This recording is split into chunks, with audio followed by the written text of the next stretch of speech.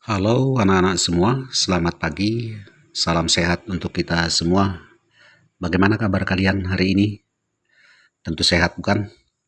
Selamat pagi kepada Bapak Ibu, orang tua murid yang sudah siap untuk mendampingi anak-anak kita dalam PJJ ini. Anak-anak Pak Guru semua, hari ini kita belajar IPS kembali, melanjutkan pelajaran kita yang lalu, yaitu peristiwa proklamasi. Jadi hari ini kita akan mempelajari peristiwa setelah proklamasi. Bagaimana sejarah mencatat nasib bangsa Indonesia setelah proklamasi? Apakah Indonesia sudah merdeka secara real dan tidak ada gangguan lagi dari bangsa-bangsa lain? Inilah yang mau kita pelajari hari ini. Semoga dengan mempelajari ini kita nanti diharapkan dapat memahami, menjelaskan peristiwa apa yang terjadi setelah Indonesia merdeka. Lalu bagaimana pahlawan-pahlawan bangsa kita menghadapi peristiwa-peristiwa yang terjadi setelah Indonesia merdeka. Baik, anak-anak Pak Guru semua, sebelum mempelajari itu semua, baik kalau kita berserah diri dulu kepada Tuhan agar proses belajar ini menjadi bermakna bagi kita. Mari kita berdoa. Dalam nama Bapa dan Putra dan Roh Kudus. Amin.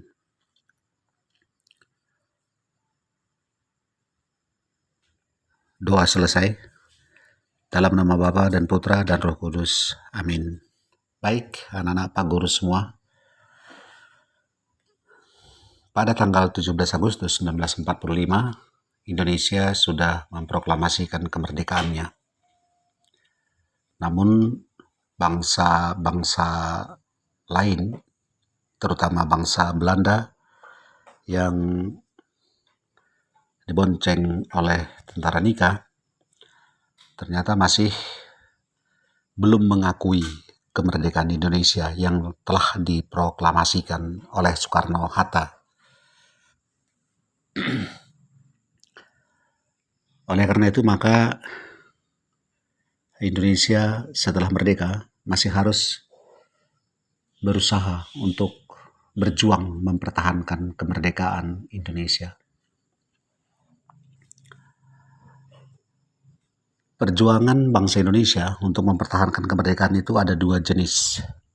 Yang pertama, perjuangan secara fisik, yaitu perjuangan yang dilakukan dengan cara kontak senjata atau perang secara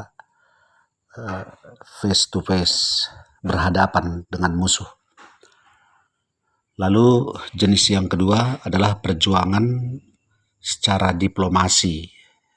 Perjuangan secara diplomasi artinya perjuangan yang dilakukan lewat meja perundingan. Yang mau kita pelajari hari ini itu adalah perjuangan secara fisik. Perjuangan secara fisik yang dilakukan oleh rakyat Indonesia di beberapa daerah menghadapi keserakahan Belanda yang bersama dengan tentara sekutu Amerika dan Inggris, itu terjadi di beberapa daerah di Indonesia. Yang mau kita pelajari adalah yang pertama, perjuangan secara fisik yang dilakukan oleh rakyat Surabaya. Kita kenal dengan peristiwa 10 November 1945 di kota Surabaya. Lalu yang kedua, peristiwa pertempuran 5 hari di Semarang. Yang ketiga, peristiwa Medan Area di Sumatera Utara. Yang keempat, peristiwa Bandung Lautan Api. Dan yang kelima, peristiwa Ambarawa di Jawa Tengah. Namun anak-anak Pak Guru semua, peristiwa perjuangan fisik ini, untuk hari ini kita akan pelajari hanya dua peristiwa perjuangan secara fisik saja, yaitu perjuangan pada peristiwa 10 November di kota Surabaya, dan kedua nanti peristiwa perjuangan atau pertempuran 5 hari di Semarang. Selebihnya akan kita pelajari pada pertemuan berikutnya. Baik, kita langsung saja kita lihat peristiwa 10 November 1945 di kota Surabaya. Peristiwa 10 November 1945 di kota Surabaya itu diawali dari mendaratnya pasukan sekutu di bawah pimpinan Brigjen AWS Malebi di kota Surabaya pada tanggal 25 Oktober 1945. Begitu tentara sekutu di bawah pimpinan AWS Malebi mendarat di kota Surabaya, maka ada beberapa kegiatan-kegiatan yang dilakukan oleh tentara sekutu di kota Surabaya yang memancing amarah rakyat Surabaya, yang kemudian menimbulkan pertempuran antar rakyat Surabaya dengan tentara sekutu. Yang pertama, penyebab pertempuran kota Surabaya adalah tentara sekutu melakukan penyerbuan ke penjara Kalisosok pada tanggal 26 Oktober 1945, sehari setelah mereka mendarat di kota Surabaya.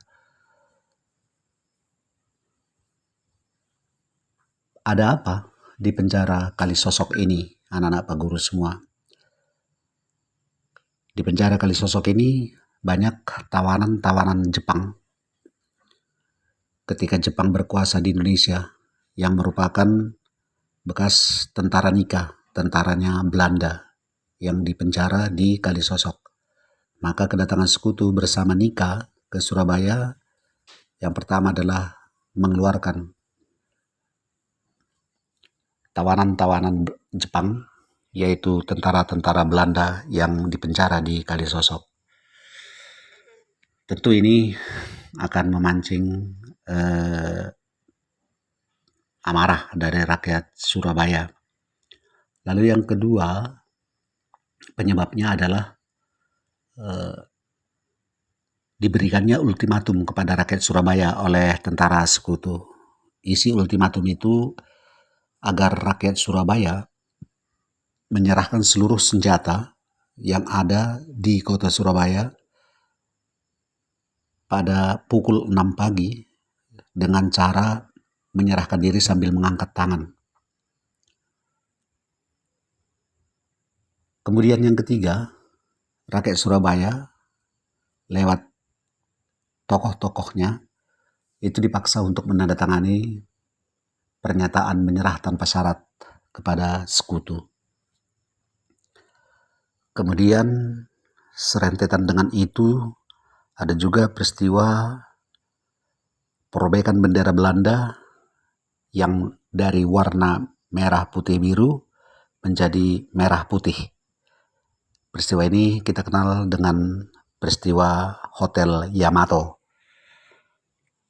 Kemudian yang menyebabkan terjadinya pertempuran juga adalah tewasnya Brigjen AWS Malebi dalam sebuah pertemuan antara tokoh-tokoh Indonesia dengan tentara sekutu yang sebenarnya tujuannya adalah untuk perundingan damai.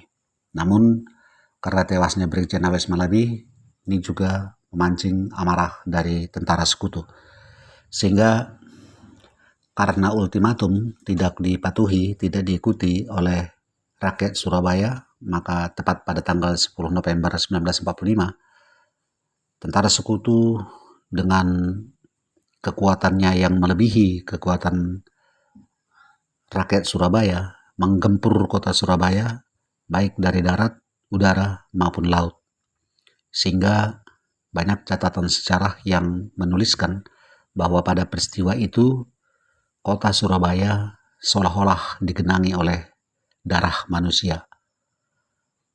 Itu artinya bahwa ribuan sampai puluh ribuan rakyat Surabaya mati, terbunuh dalam pertempuran 10 November itu. Namun Selanjutnya, tokoh-tokoh dari bangsa Indonesia, tepatnya tokoh-tokoh dari Surabaya, yang menggalang semangat kesatuan pantang menyerah dengan pekik sekali merdeka tetap merdeka, itu dilakukan oleh tokoh Surabaya yang bernama Bung Tomo. Dia menggelorakan semangat juang dari stasiun radio tempat di mana dia bekerja. Banyak tokoh-tokoh lain, namun dalam sejarah yang kita pelajari bahwa Bung Tomo adalah salah satu tokoh utama dalam peristiwa 10 November. Baik, itu yang pertama. Lalu yang kedua adalah peristiwa 5 hari di Semarang. Peristiwa pertempuran di Semarang disebut sebagai peristiwa 5 hari karena peristiwa pertempuran itu sendiri terjadi selama 5 hari, yaitu dari tanggal 15 sampai 19 Oktober 1945 antara Tentara Keamanan Rakyat di Kota Semarang dengan tentara Jepang.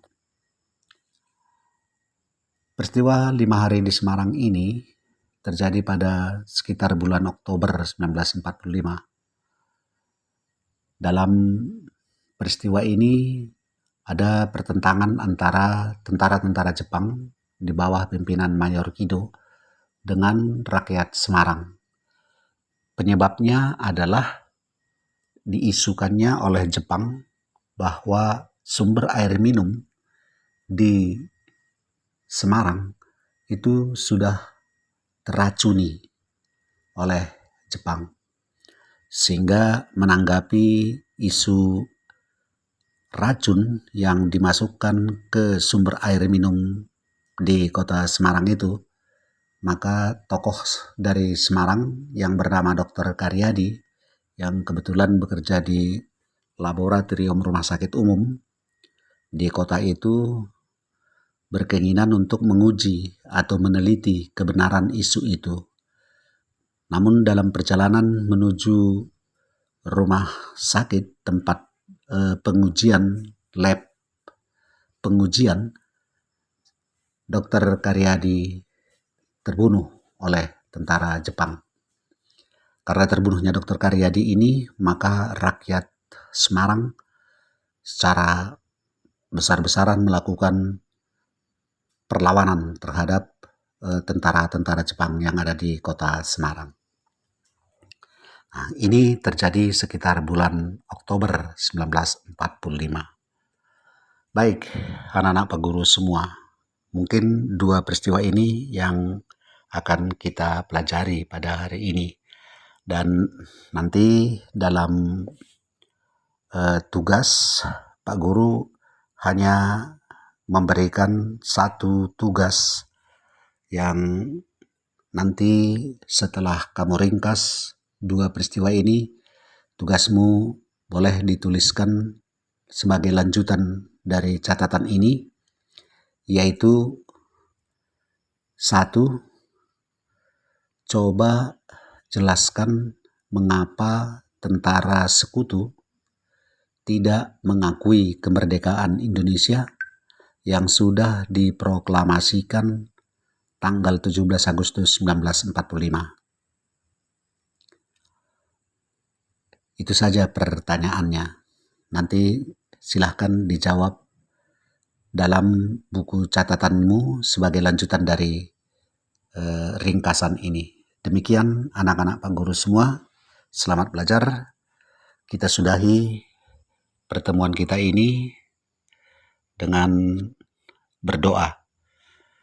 Mari kita berdoa. Dalam nama Bapa dan Putra dan Roh Kudus. Amin.